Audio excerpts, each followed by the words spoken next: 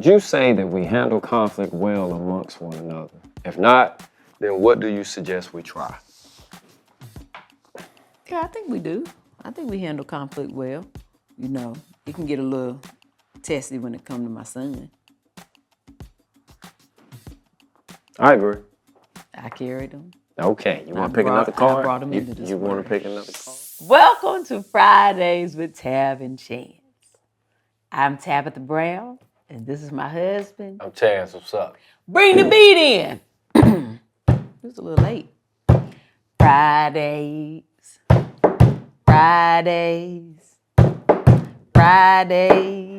with Tab and Chance. Ba-dum-bum-bum. Fridays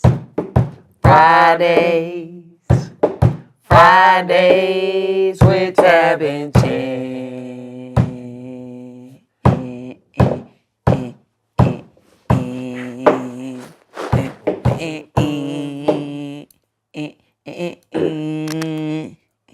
You got your big earrings on, so I tried to,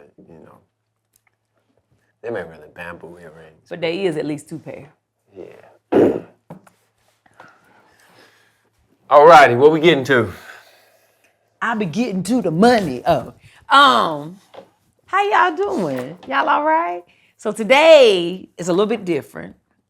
We got these cards. I featured them on Very Good Mondays this week, and it says, "Let's Talk Sister." So, I ain't your sister, though. Although you're not my sister, as I was reading through them, I was like, these are really good topics. I think this could be great for Fridays with Tab and Chance. So let's talk, brother. Okay? Ain't your brother, nigga. Babe, you know what it means. Don't be difficult today. Okay, so let's get into it. You can pull one, you want me to pull one, and we're gonna talk, we both gonna answer it. We both talk about it. All right. Read the question aloud. Ooh, this is good. I don't think it applies to me though. Oh, really? Yeah. Reflect back on a time that I've made you feel embarrassed. So I know you ain't got nothing for me. So I'll go ahead and start. I don't embarrass you. I got 2 on the top of my head and on the top of my tongue. Which one you Go ahead. Huh? It says. No, you said you. It says on a time. So just one of them. Picture it. It's 2020. It's the height of the pandemic. I don't know why Carlos is laughing already. I don't even know where you're going with this. How he laughing already? I don't even know why he's laughing.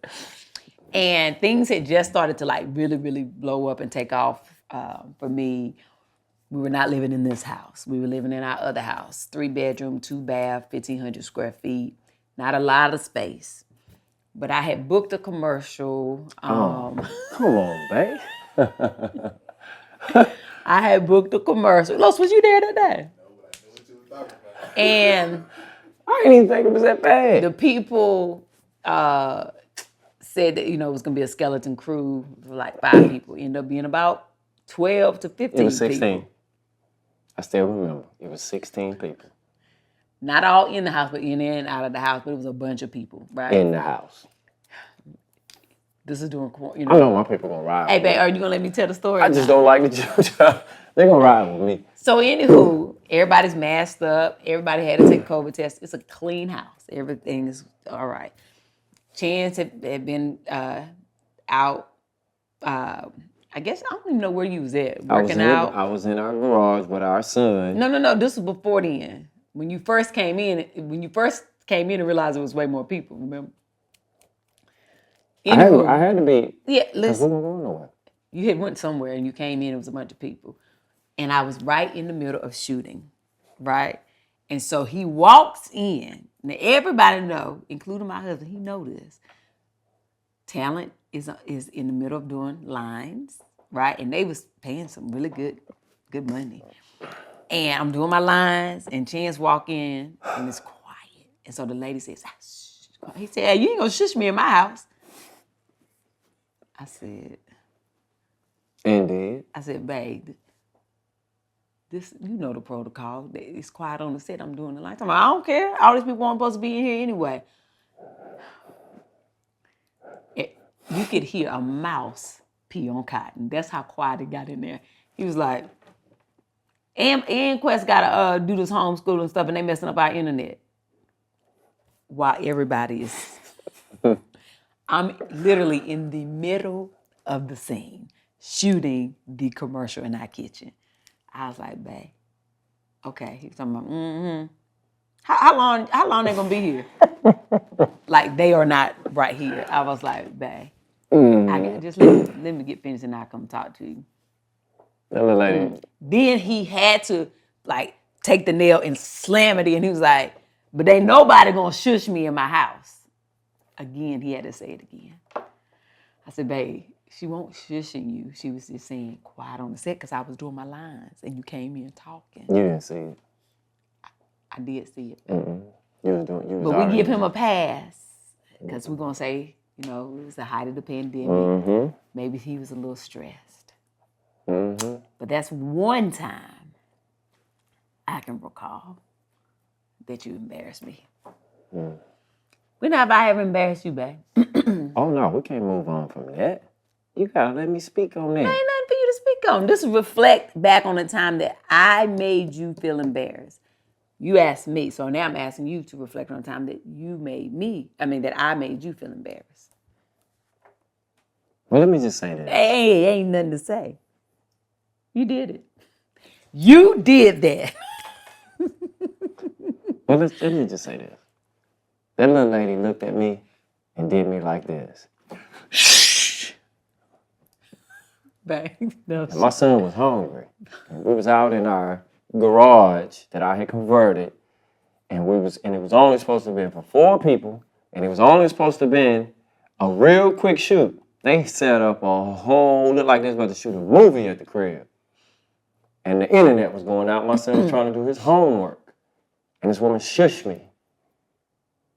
I don't regret it. I don't care that you was embarrassed.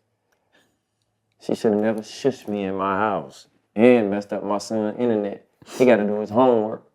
Hey, babe. And I was already scared that I was going to catch the COVID. Hey. It was 4 years ago. Yeah, but I can't believe you did that. You can't believe you did that. Can't believe you did that. Okay, but, okay. Tell me a time that you can reflect on when I embarrassed you. You had a good one, so I want to get you back. I ain't even give you the best one. I want to get you back now. Picture it. Vegas. That's why Lo started laughing because I'm trying to think. he thought that's what I was going to do. I can't really think of one right now. Because I don't be embarrassing you. Well, you embarrass me every Wednesday on here. You embarrass me. Every Friday, you mean? Well, yeah, every Friday when we shooting it on Friday. We shoot this on Wednesdays. That's what he mean. How I be embarrassing you, babe? Because I be saying you cute. No, with all your little sexuals. That ain't embarrassment. We married. No, but you always try to catch me off guard. Never. And you be doing the most. Hey, but catching you off guard at work yesterday. Yeah, see, there you go. Right there. They're right there. When you least expect. But I'm going to come back to it. We're going to pluck another card, and then we're going to come back to it. Or, babe, won't you just admit that I don't ever embarrass you? Oh, you embarrass me. Other than little funny stuff like that. So you've already said it. No. Okay, let's move on. I'm going to pick a card. I'm going to put that one right here. I got to come back to it. You're going to have to. I ain't never did that to you. I would never do that to you on the set. Let me read it. What would you say is the best piece of advice you've ever given? And have you used that advice before? The best advice. You think you... Is it to you or to others? To anybody. What's some of the best piece of advice you've ever given? And have you ever taken the same advice for yourself? Be selfish with your time. And I absolutely take that advice. Mm-hmm. Be selfish with your time. Be mindful that time can't be replaced. Yeah. Invest in yourself. Yes, that's what I would say. Very good. Mm-hmm. I would say the best advice I ever have given is find your way to freedom. Stop code switching. Stop conforming. We are worthy and enough in any room that we're in to just be ourselves. And absolutely, I have taken my own advice and lived my life that way now. Because Yep. I didn't for a very long time. So. Okay. Would you say that we handle conflict well amongst one another? If not, then what do you suggest we try? Yeah, I think we do. I think we handle conflict well. There are times the stakes can be higher. But I think over the years, over 26 years, we've learned to handle them better. You know, it can get a little testy when it comes to my son. I agree. I ain't gonna say nothing else about that. I agree. It's my son. I agree. I carried him. Okay, you want to pick another card? I brought him into this You want world. to pick another card? Here, You that's got something you want to say your about card. it? Mm-mm. I think we do well with conflict. I think we do real well. I think we do well. Okay. What's one thing that you truly enjoy but others may think is weird? I can't think of nothing that I think that I enjoy that others think is weird. Not one thing.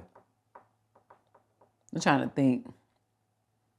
For me, it's a bunch of people that think it's weird, but it's a whole bunch of people like, yeah, that's slap. It's a good old tomato sandwich with mayonnaise and salt and pepper. Just tomato, heavy mayo, salt and pepper. Oh, I got it. Says, you made me think about it. What?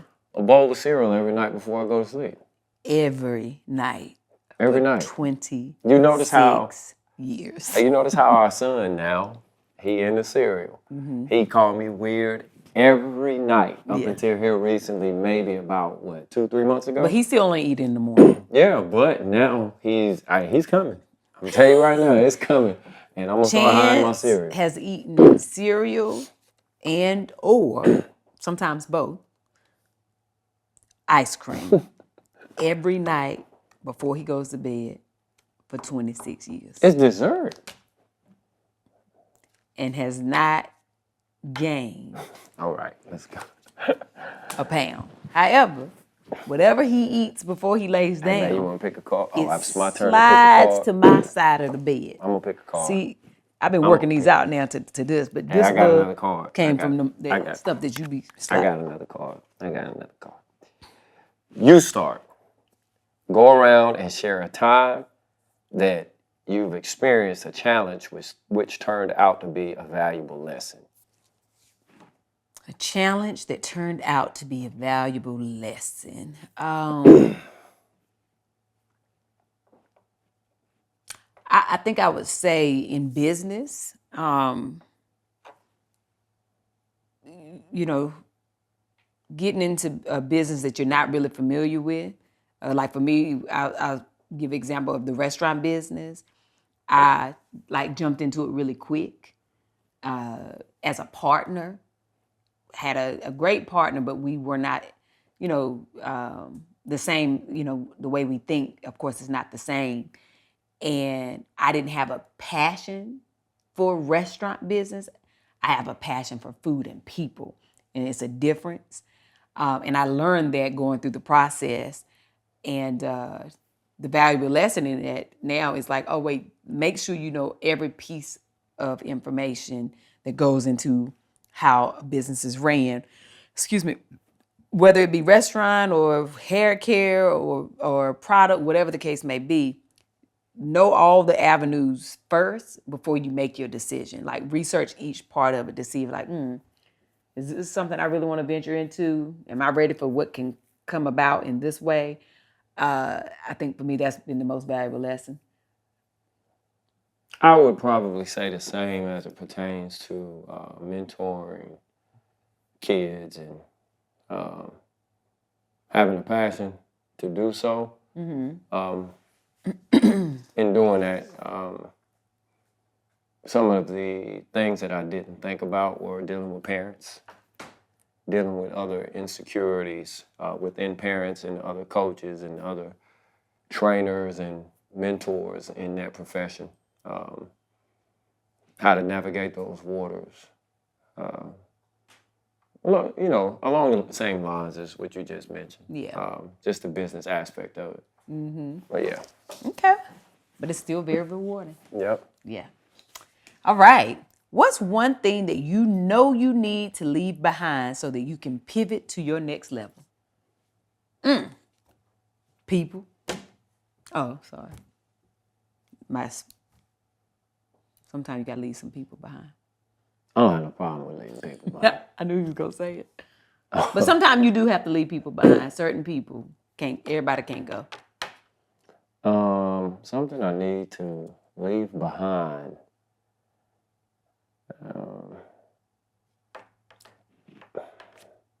Insecurities.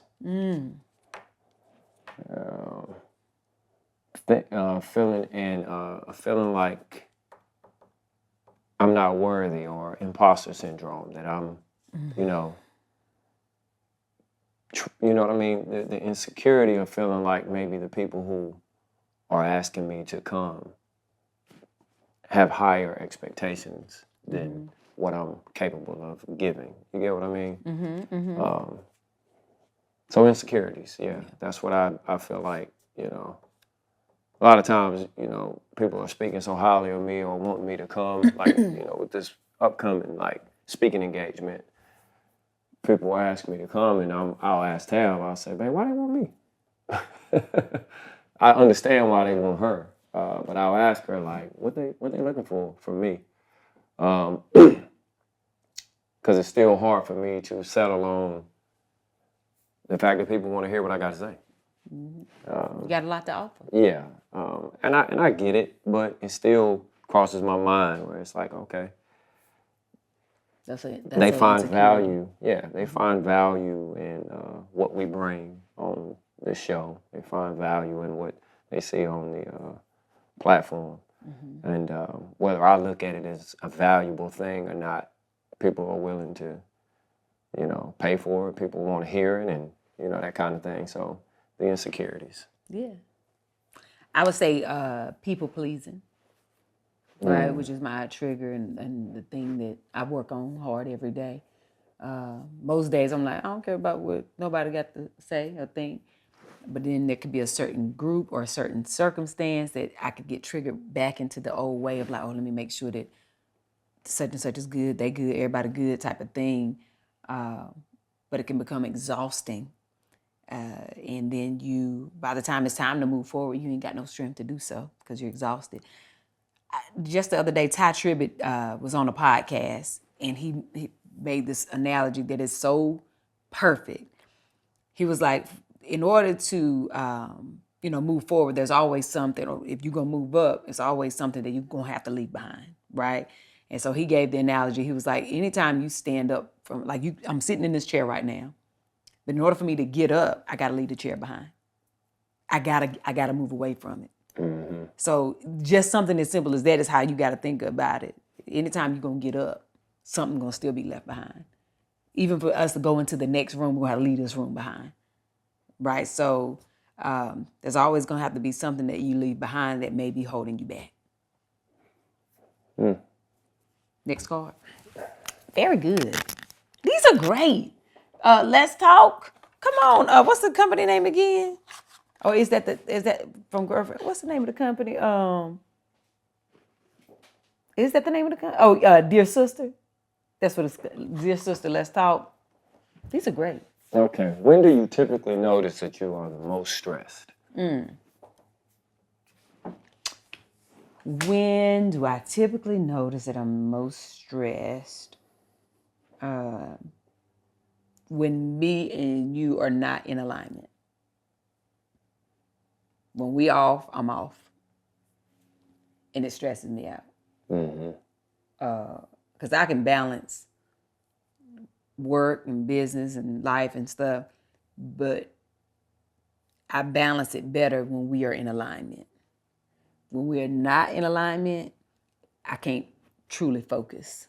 And it causes me to get stressed because then it's like I can't get the stuff done that I need to get done because my mind ain't where it should be. It's like I'm off balance. That's I would agree. I would say the same. When we're in alignment, I'm cool. The only other thing that I would probably say outside of that it would be when I feel like I come up short with my son. When I feel like it can be random things that'll present itself. A couple of days ago, I don't know. Right before bed, I was just thinking about all the things that I still got to teach my son. Like I feel like I don't have no excuse that he doesn't know how to do this, or he doesn't. I gotta carve out time and make sure he knows how to do all of this. As if his boy was getting ready to go off to college. I was thinking about his birthday, and I was just stressing out to the point where I was literally losing sleep. So anytime that I think about the timeline as it pertains to him maturing and my contribution and whether I'm doing too much or too little, I'm stressed. Yeah. Them kids will do it to you, but I can tell you're doing a great job. I appreciate it. And most times, you be overthinking. Yeah, no. And that's the crazy thing. I will come to that, but I still can't. It's like I can't shake it. Yeah. And I don't know if you just heard Blackie growl. You could do a little bit better about being his father. Who? Blackie. That's probably why he started growling like then. You don't always do your best duties with Blackie. All right. As a dog dad. Pick the next call. You heard, I mean, that's why he was like, you ain't here, Mom. I don't even get no water. Does anything about your future scare you? Yes.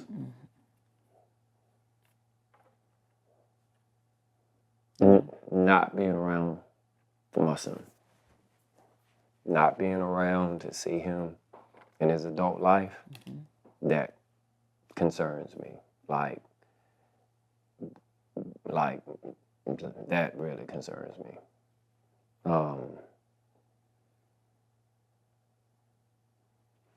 I got normal concerns about me and you. I want me and you to grow old together. But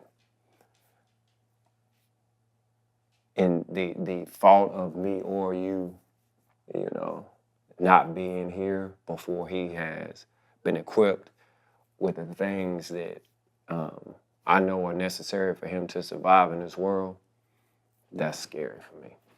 Like, no money, all those things don't bother me. Like, you know what I mean?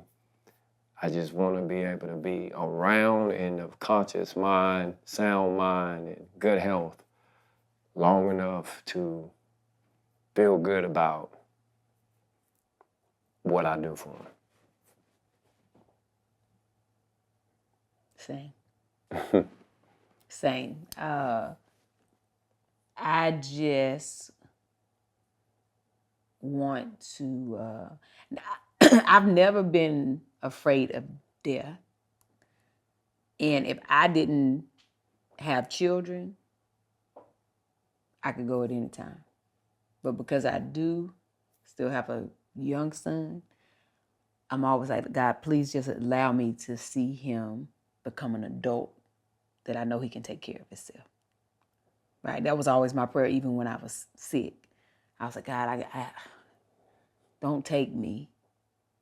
Because I also have a fear of, as much as I know my husband is an amazing father, I'd be like, oh, he can't do it without me, God. Don't let me leave here. And with him to carry that on his own. And that is definitely what I do think about it. When I think about not being here for tomorrow, we would say, like in this present time or the future, that does scare me. But I also get excited about who he's going to become.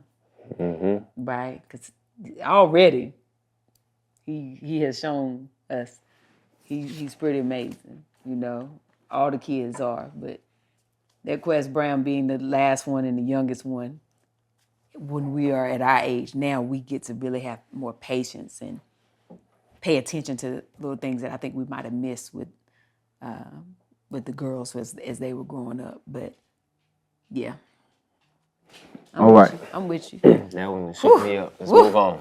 All right. A year from now, what do you want to be different in your life? What do I? It says in 1 year, what do you want different? What do you want to be different in your life? Oh, what do I want to be different? 1 year. Oh, 1 year from now, I want to be doing a lot of acting. Like I want to be, like all this stuff is great. And I know I've done some acting and different things, but I've been doing a lot of business. But my goal and what I'm working towards is really making meaningful projects, doing some real acting, some challenging roles, whether it be film or television. That's what I want it to. I want it to look different. I know people be like, "Oh, Tab, I seen your stuff at Target, and I still will have all that." And they be like, "Oh, I love Donna's recipe. I still will have all that." But now I want people to be like, "Oh, Tab, I saw you in that movie. Oh, Tab, I saw you on that show, girl. I love you on that show." Right? That's what I want. I want to do more of that. I want to be able to say that I've completed a couple of tasks that I set out, which is one with my merch, building the nonprofit, building the funds for the nonprofit, and hopefully looking for a building that my kids can go to as kind of a safe haven, a place where they can do homework and be able to be vulnerable, and we can talk, and I can help in mentoring and in a more personal space. I would love to be able to say at least I've started or gotten my book, the legs, the ball rolling on it. And then one of the things that has been like really important to me is being able to really say that I helped the people who are still in our immediate circle grow. There's a few people in our immediate circle that I think are very great people, and I want them to be able to be seen and share in some of these blessings that we have been given. So, we have been intentional about saying that we wanted to invest in them for a year and try to help them get to where they want to be. So I want to see that through. Very good. All right, this is 10. This is the last one. Oh, is this 10? Mm-hmm. How you know? You've been counting? I counted them. I just counted them. Okay, what are some of your earliest memories, this is a good one, of developing your self-esteem? My earliest memories. I already know your mama had something to do with this. Absolutely, and I love my mama for it. So, my mom started to, I remember being 4th grade, and I was growing faster than the rest of the kids, but I've always been skinny. So, and I think in the 4th grade, I was wearing a size 10 shoe and skinny. And my mom bought me these Converse, and they look like boats. All right. And my older cousins, I'm about to drop dime on y'all fools too. My cousin Hayward, Bootsy, Kelvin, Pooh, all y'all, they was clowning me about how big my shoe size was. And I was real insecure about it. And I remember crying, and my mom was like, she was like, "It's all right, let me show you how to make it look, how you got to deal with it." She was telling me, it's what you got to deal with, but there's ways to make your foot not look so big. Now when we went shopping, and she was teaching me how to taper pants and how regular jeans, how it fall, how to roll them, and put all it over the your tongue, and we just had a real long conversation about how to, they was clowning me. We called it cracking back then. They was cracking on me. And I didn't know how. And my mom gave me a quick tutorial on how to pick out weaknesses in people and how to snap back. and how to dress. I was in 4th grade, right? I remember that. That was my first lesson on how, how to be out there. If you're gonna be out there with them, you got to know how to be out there, and you got to find a way to love yourself and who you are and how you build and sustain. That was my first lesson about. Yeah, I think I was in 4th grade. Yeah. Yeah.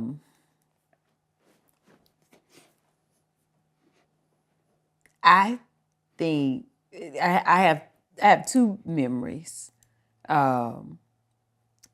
One, crazy enough, is when my daddy taught me how to ride a bike with no training wheels. And I remember, all the kids is outside in the neighborhood and, he teaching me. And I just remember him saying, don't worry about what they think. Mm-hmm. This is you learning. Don't matter what nobody else do. Don't pay no attention to them. You focus on you and what you're doing right now. And I remember falling. I remember tearing myself up real bad. And because Daddy let me go when he was supposed to still be holding on to the seat. He told me he was still holding on. I turned to look. Should have never turned around to look. Ate it. But when I got up from crying, my daddy was like, dust yourself off. You all right. I had some scrapes and some bruises. He said, but you okay. Don't worry about nobody laughing. Don't worry about what nobody got to say. You're going to get back on there. You're going to try it again. You're going to keep on going, right? I didn't realize he was teaching me self-esteem and to be self-aware back then in that. I thought he was just teaching me how to ride a bike. But that is literally what riding a bike is about. Only you can ride the bike. You're the only one who can drive it. You're the only one who can steer it. It's you and only you. So focus on you. And that's my first thought. And then my second thought, and I actually had shared this picture before, 2nd grade, my mama let me do my own hair for my school picture.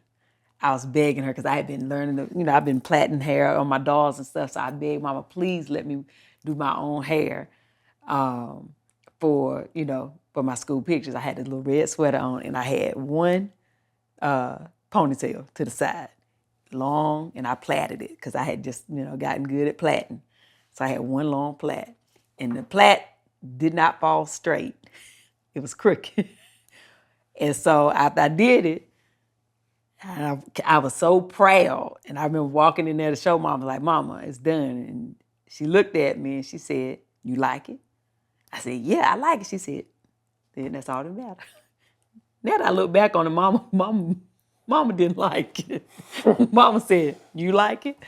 I said, yeah. She said, then that's all that matters. Then you get to wear your hair like that. And I am so grateful that she was teaching me how to love whatever I did for myself. Because I did it, right? And that was building self-esteem that I didn't even realize back then that she was teaching me, And now I have my 2nd grade picture that I always get to look back at and remember I did my hair that day. I did that. And so both of those are childhood memories, very early.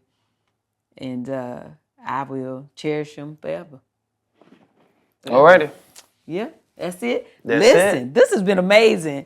Let's talk, sister. Y'all make sure y'all pick these up. And as you see, you can talk to your brothers, your mens, your uncles, your daddies, all the things as well. Might be some of them you have to kind of mix through them. But yeah, check it out. See, I had to pull that back. The website is www.dearsisterletstalk.com. And yeah, you only need 2 players, but you can have 2 to 6 players and play the game for 30 to 60 minutes, just like we just did. So, honey, very good. We thank y'all for sending this in and thank y'all for tuning in. Y'all make sure y'all talk. Maybe some of the exact same questions that we just asked. If y'all can't get the game right now, just use those questions and start the conversation, all right? Anything else, babe? That's it. That's it. But honey, until the next time, y'all go about y'all business and have the most amazing day. But even if you can't have a good one, don't you dare go messing up nobody else's here. Very good. Love y'all. Bye. Thank you for watching this episode, honey. And if you liked it, go ahead and click right here for more of those episodes. And if you haven't already subscribed, please remember to do so. Very good.